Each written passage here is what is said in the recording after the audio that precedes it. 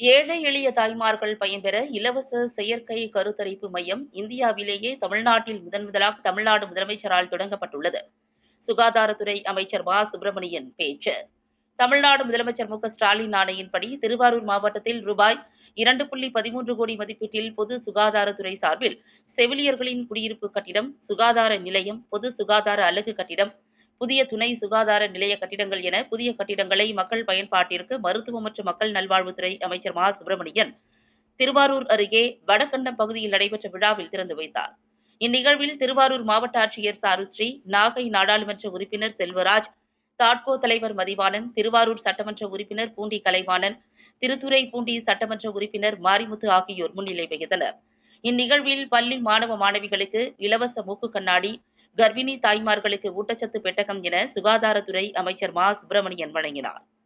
இதனைத் தொடர்ந்து இந்நிகழ்ச்சியில் அமைச்சர் மா சுப்பிரமணியன் பேசுகையில், மருத்துவக் கல்லூரி, மருத்துவமனை மட்டுமல்லாமல் ஏற்கனவே 20 துணை சுகாதார நிலையங்கள் கட்டப்பட்டுள்ளது. 16 ஆரம்ப சுகாதார நிலையங்களில் செவிலியர்களுக்கான குடியிருப்புகள், தொழுநோய்க்கான பிரிவு கட்டிடங்கள், மகப்பேறு கட்டிடங்கள், தடுப்பூசி கிடங்குகள் என 11 கோடியே 85 லட்சம் மதிப்பீட்டில் கட்டி முடிக்கப்பட்டு பயன்பாட்டிற்கு வந்துள்ளது. மன்னார்குடி, திருத்துறைப்பூண்டி, திருவாரூர் என திருவாரூர் மாவட்டம் முழுவதும் 42 புதிய கட்டிடங்கள் 56 கோடியே 21 லட்சம் செலவில் கட்டுமான பணிகள் நடைபெற்று வருகின்றன. ஏராளமான திட்டங்கள் தமிழ்நாட்டில் பயன்பாட்டிற்கு உள்ளது. கடந்த 2 நாட்களுக்கு முன் செயற்கை கருத்தரிப்பு மையம் துவக்கி வைக்கப்பட்டது.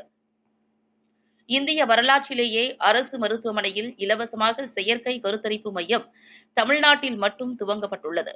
இந்தியாவில் டெல்லி, சண்டிகர், உத்தரப்பிரதேசம் ஆகிய 3 மாநிலங்களில் அரசு மருத்துவமனையில் செயற்கை கருத்தரிப்பு மையம் உள்ளது.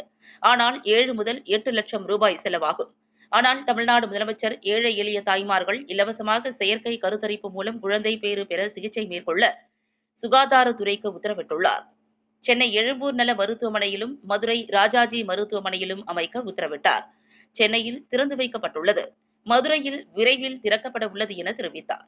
இந்நிகழ்வில் மாவட்ட ஊராட்சி துணைத் தலைவர் சேகர் கலியபெருமாள், ஒன்றியக்குழு தலைவர் உமா பிரியா பாலச்சந்தர் உட்பட சுகாதாரத்துறையினர், உள்ளாட்சி பிரதிநிதிகள் கலந்து கொண்டனர்.